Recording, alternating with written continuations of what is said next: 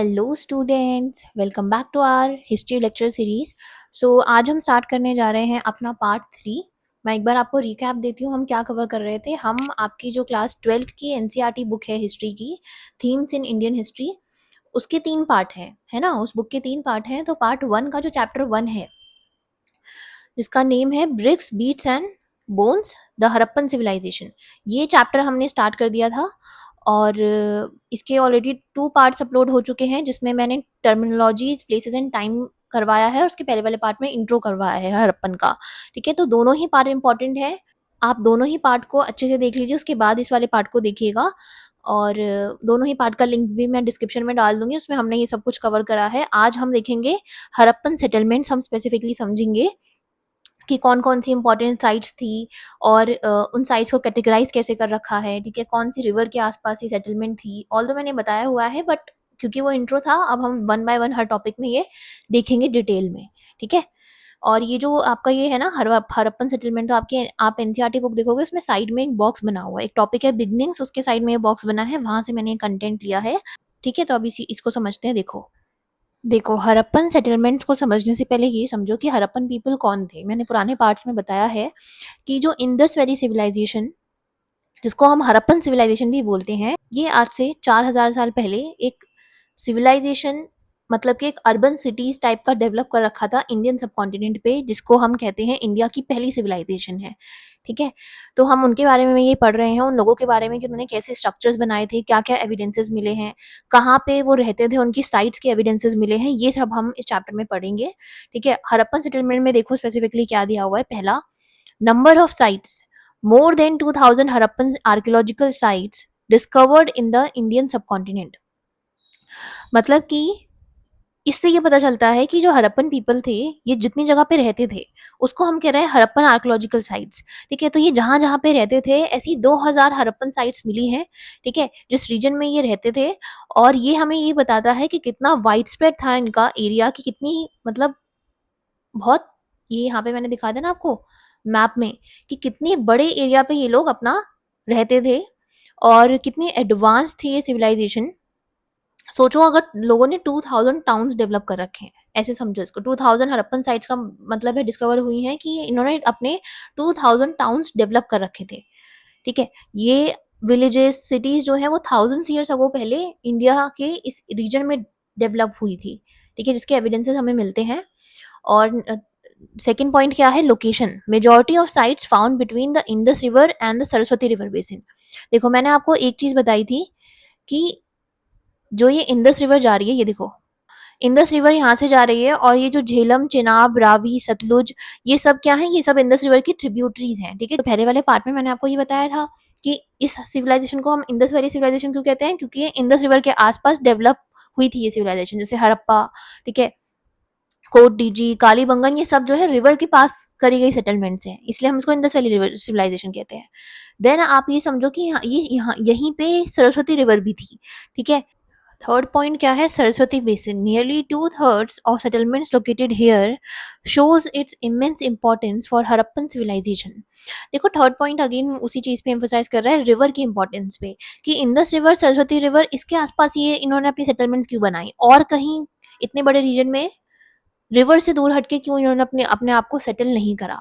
देखो, basic reason ये होता है, आपने ज्योग्राफी में भी पढ़ा होगा कि जो पहली लाइफ फॉर्म्स ऑब्जर्व करी गई थी अर्थ पे, वो वाटर के अंदर ही करी गई थी, ओशंस के अंदर करी गई थी। तो रिवर जो होते हैं वो बेसिक सोर्स ऑफ लाइफ होते हैं, उसकी वजह से उनको खाना मिलता है, पानी, फर्टाइल सॉइल प्रोवाइड करते हैं, फर्टाइल लैंड प्रोवाइड करते हैं, जिसकी वजह से अपनी एग्रीकल्चर प्रैक्टिसेस परफॉर्म कर सकते हैं।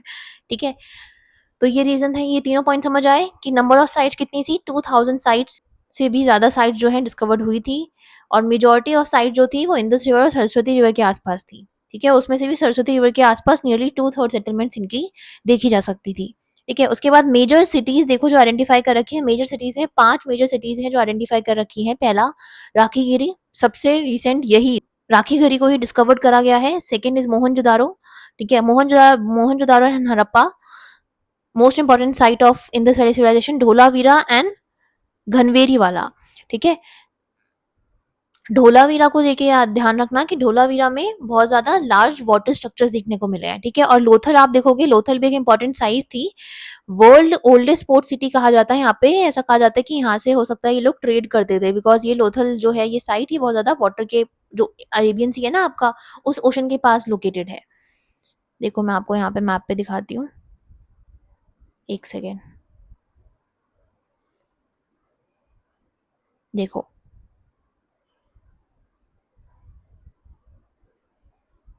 ये रही ना लोथल साइट, ये रही। देखो ये यहाँ से एकदम वाटर बॉडी के आसपास सिचुएटेड है। तो जनरली जो भी आज के टाइम पे भी जो भी सेंटर जो वाटर बॉडी के पास सिचुएटेड होते हैं, हम उसे पोर्ट सिटी कहते हैं, ठीक है। तो उस टाइम पे ऐसा कहा जाता था उस वाली सिविलाइजेशन की जो पोर्ट सिटी थी वो लोथल थी, ठीक है। आगे देखो, other sites categorises regional centres, agricultural villages, ports and manufacturing centres. देखो जैसे मैंने आपको पोर्ट्स का एग्जांपल दिया, लोथल को कहा जाता था कि पोर्ट सिटी है, वैसे ही बहुत सारी जो साइट्स थी हड़प्पा, धोलावीरा, ये सब इनको एग्रीकल्चर रीजनल सेंटर्स, कोई इसमें से मैन्युफैक्चरिंग सेंटर्स होते थे जहाँ पे बीड्स वगैरह ये लोग बनाते थे, अपनी ब्रिक्स को फॉर्म करते थे, ज्वेलरीज बनाते थे, है ना। तो उसको हम वन बाय वन पढ़ेंगे अभी कि कौन कौन सी साइट्स पे क्या होता था। ये वाला पार्ट समझ आया हड़प्पन सेटलमेंट्स का, ठीक है। नेक्स्ट क्या समझना है हमें, बिगनिंग्स। सो ये जो आपका हेडिंग है बिगनिंग्स, इसका मीनिंग समझो कि हमें किसकी बिगनिंग्स को इस टॉपिक में देखना है। देखो मैंने आपको पुराने वाले पार्ट्स में समझाया था कि जो हड़प्पन सिविलाइजेशन थी वो ऐसा नहीं थी कि उसका एक ही फेज था और उसमें वो कल्चर, उसमें उसने एग्रीकल्चर भी करा, उसने उसमें अर्बन सिटीज भी डेवलप करी, नहीं। हड़प्पन सिविलाइजेशन कुछ फेजेस से होके गई थी, ठीक है। जैसे हमने देखा था अर्ली हड़प्पन, मैंने पुराने वाले पार्ट में आपको ही समझाया है, पार्ट 2 में, ठीक है, कि अर्ली हड़प्पन था, then we have mature Harappan, then उसका डिक्लाइन शुरू होता है, फिर लेट हड़प्पन में हम देख सकते हैं सिविलाइजेशन पूरी की पूरी तरीके से डिसअपियर हो जाती है, जिसको हम फाइनल फेज मानते हैं सिविलाइजेशन का, ठीक है। तो बिगिन कहाँ से हुई थी ये सिविलाइजेशन, अर्ली हड़प्पन से। तो वही चीज हमें इस टॉपिक में समझना है कि बिगनिंग्स ऑफ हड़प्पन सिविलाइजेशन, ठीक है। देखो prior to mature Harappan phase आने से पहले several archaeological cultures exist in this region. बहुत सारे छोटे छोटे कल्चर्स इस रीजन में पहले से एग्जिस्ट करते थे। ऐसा नहीं है जब ये सिविलाइजेशन रिवर के आसपास सेटल हुई तो इसने तुरंत ही सिटीज को बनाना शुरू कर दिया, drainage systems, well defined drainage systems को बनाना शुरू कर दिया, नहीं। पहले उसने एग्रीकल्चर करना शुरू करा, ठीक है। अर्ली हड़प्पन फेज जिसे हम कहते हैं, जिसके फीचर्स क्या हैं कि डिस्टिंक्टिव पोट्री ये लोग बनाते थे, एग्रीकल्चरल एंड पेस्टोरलिज्म एक्टिविटीज ये लोग परफॉर्म करते थे। पेस्टोरलिज्म का मतलब होता है कि एनिमल्स को डोमेस्टिकेट करना, ठीक है, जैसे पशु पक्षियों को पालते हैं ना, उस एक्टिविटी को हम कहते हैं पेस्टोरलिज्म, ठीक है। इस पेस्टोरलिज्म के बारे में आप डिटेल में ही पढ़ोगे, आपकी इसी क्लास में ज्योग्राफी की आपकी बुक है उसमें आपको ये अच्छे से समझ आएगा। अभी बस मीनिंग समझ लो कि एग्रीकल्चर और पेस्टोरलिज्म ये लोग करते थे, एनिमल्स को डोमेस्टिकेट करते थे, क्राफ्ट्स वगैरह ये परफॉर्म करते थे, हमने देखा था बीड मेकिंग करते थे। अर्ली हड़प्पन पीपल की बात कर रही हूँ मैं, अभी मैच्योर हड़प्पन नहीं आया है। और अर्ली हड़प्पन फेज में जो सेटलमेंट्स थी वो अभी स्मॉल थी, कोई बड़ी बड़ी बिल्डिंग्स ऐसे विजिबली नहीं देखी जा सकती इस फेज की, ठीक है। आगे देखो क्या कह रहा है, रीसेंट आर्कियोलॉजिकल एविडेंसेस इंडिकेट, अभी जो आर्कियोलॉजिकल एविडेंसेस, अभी जो रिसर्चर्स ने, हिस्टोरियंस ने फाइंड आउट करा है, उसके अकॉर्डिंग ये पता चलता है कि emergence of Harappan culture from early farming communities dates around 7000 BC। मतलब कि रिसेंट एविडेंसेस के थ्रू ये पता चला है कि जो हड़प्पन का कल्चर है वो फार्मिंग कम्युनिटीज, मतलब ये जो हड़प्पन पीपल थे ये फार्मिंग करते थे, खेती बाड़ी करते थे, उसके बाद फिर धीरे धीरे डेवलप होना शुरू हुए हैं, ठीक है। और बोला गया फिर अर्बन फेज जो है, मतलब मेच्योर हड़प्पन, जिस फेज में फाइनली इनके स्ट्रक्चर्स हमें देखने को मिलते हैं कि इन्होंने अपने बड़े बड़े घर बनाना शुरू कर दिए, सीटाडेल वगैरह क्या होते हैं ये आप आगे समझेंगे, कि इन्होंने ऐसे structures, well defined drainage system mature Harappan वाले फेज में आके बनाना शुरू कर दिए। और ये बोलते हैं कि जो अर्बन फेज है या जो मैच्योर हड़प्पन फेज है ये किसका रिजल्ट है, ये gradual transformation and internal development of civilisation during early Harappan phase. Early Harappan phase में जो लोग थे, हड़प्पन पीपल जो थे, वही उन लोगों के अंदर कुछ नॉलेज आई होगी, उन्होंने कहीं इंट्रैक्शन करा होगा जिसकी वजह से उनके अंदर ग्रेजुअल ट्रांसफॉर्मेशन आई, डेवलपमेंट हुआ और इन लोगों के पास, और इन लोगों ने धीरे धीरे अर्बन सिटीज को बनाना शुरू कर दिया, ठीक है। समझ आया।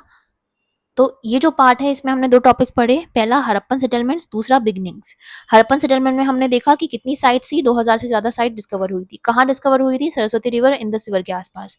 मेजर सिटीज राखीगिरी, मोहनजोदारो, हड़प्पा, ढोलावीरा, घनवेरी वाला एंड अदर साइट्स कैटेगराइज, मतलब कि इनमें से कुछ साइट जो थी वो रीजनल सेंटर्स थी, एग्रीकल्चरल विलेजेस थे, पोर्ट्स थी, मैन्युफैक्चरिंग सेंटर्स थे।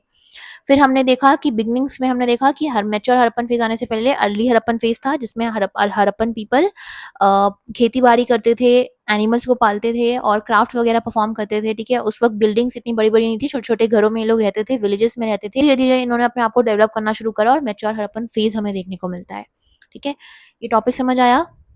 नेक्स्ट पार्ट में हम क्या कवर करेंगे? नेक्स्ट पार्ट से हम आपका देखेंगे सबसिस्टेंस स्ट्रैटेजीज, मतलब ये लोग अपने जीने के लिए क्या खाते थे, क्या क्या फूड आइटम्स थी, ये हमें इसमें देखना है। ठीक है, तो अब हम मिलते हैं नेक्स्ट पार्ट में। तब तक आप दोनों पार्ट्स को अच्छे से देख लो, और ये जो मैंने नोट्स बनाए हैं आपके, ये मैंने आपके एनसीईआरटी बुक से ही पढ़ के बनाए हैं। ठीक है, तो आप ये रेफर करोगे, इनफ रहेगा। ओके, तो मिलते हैं हम नेक्स्ट पार्ट में।